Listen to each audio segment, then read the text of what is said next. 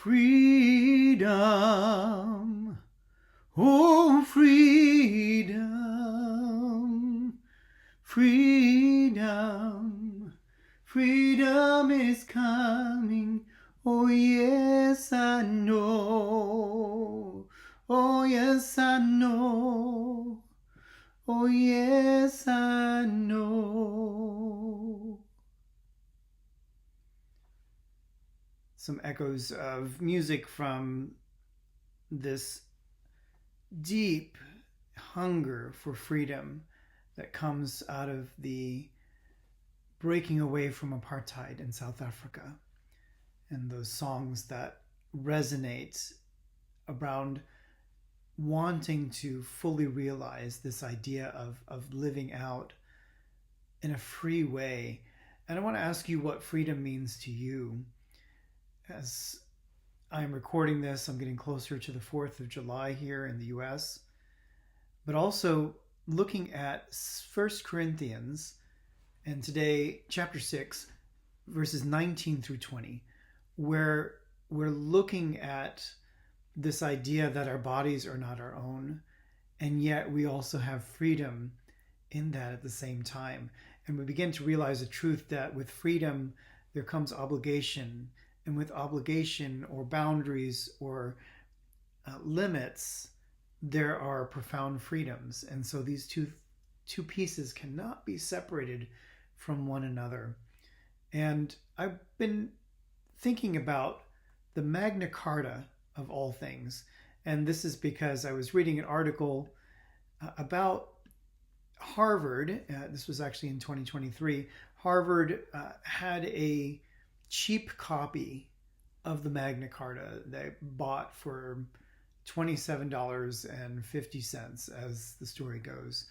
And upon closer study, a scholar just happened to look at the digital copy and realize that there was something more, that this actually might be an original copy, and then was proven to be an original copy, probably one of the 7 of the Magna Carta.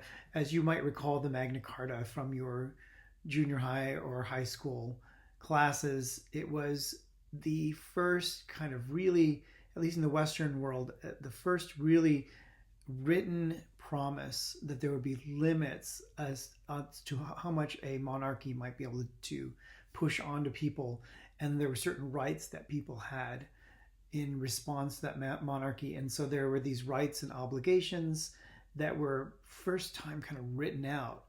And I just was thinking about the joy of that researcher finding that this Magna Carta was real. And so I want to ask you to consider what would spur that feeling for you, where you would say, this is real.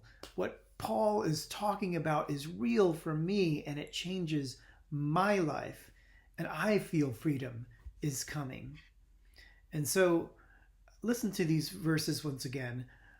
Or don't you know that your body is a temple of the Holy Spirit who is in you?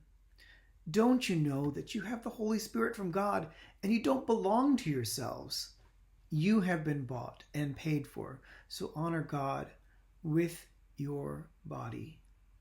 And so a few concrete ways that you might consider that. We talked about this in our small groups this week. But is there a concrete way that you can live out your own spiritual Magna Carta, this balance between freedom and obligations?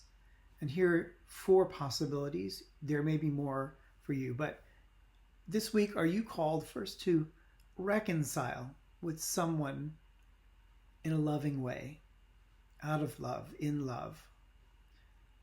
Are you called to practice holiness in a private habit differently this week, a new habit or a reviving of a habit? Are you going to offer your body, time, or choices back to God? Or this week, perhaps you are called to choose unity over ego. And that typically happens in a group setting of some kind, a group where you have to decide that unity is more important than your own ego. Go in peace. Discover your spiritual Magna Carta this week. Thank you for joining me. God bless you.